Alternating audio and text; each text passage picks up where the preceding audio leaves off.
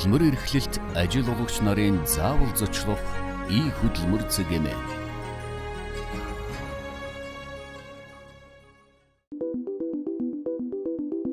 Сул зогсолт гэж юу вэ? Хөдөлмөрийн тухай хуулинд сул зогсолтыг хэрхэн зохицуулдаг вэ?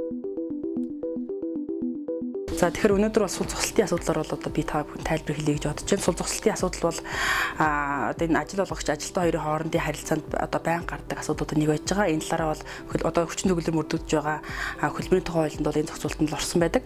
За сул зогсолт гэдэг маань юу юм бэ гэхээр ер нь ажил олгогчийн одоо төлбөрийн чадвартай холбоогүйгээр хөдөлмөрийн гэрээнд заасан үүргийг ажилтнаар гүйцэтгэх боломжгүй байгаа тэр нөхцөл байдлыг бол сул зогсолт гэж ойлгож байгаа.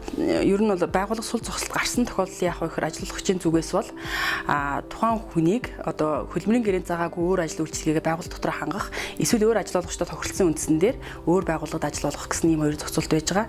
За хэрвээ энэ тохиолдолд бол заавал ажилтнтай тохиролцох гэсэн ийм үндсэн нөхцөл байж байгаа. Хэрвээ тохиролцоогүй тохиолдолд бол тухайн байгууллагын хамтын гэрээнд заасны дагуу олгор олгох энэ олгорын хэмжээ нь тухайн ажилтны дундад цалин хөлсний 60%-аас багагүй байх гэсэн ийм бол зохицуулт бол байж байгаа. За энэ тухайн байгууллага өөр ажил албан тушаалдаа шилжүүлж байгаа энэ тохиолдолд сул зогсолтын одоо хугацаанд хүчинтэй байдаг.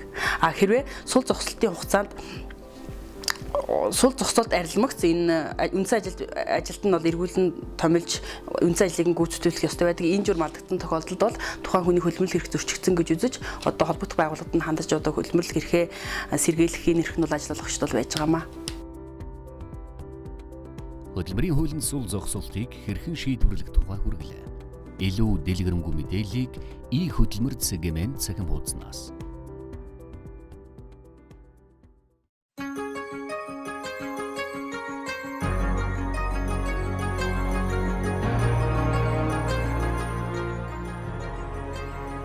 Хөдөлмөр эрхлэлт ажил олгогч нарын заавал зочлох ий хөдөлмөр цэгэм.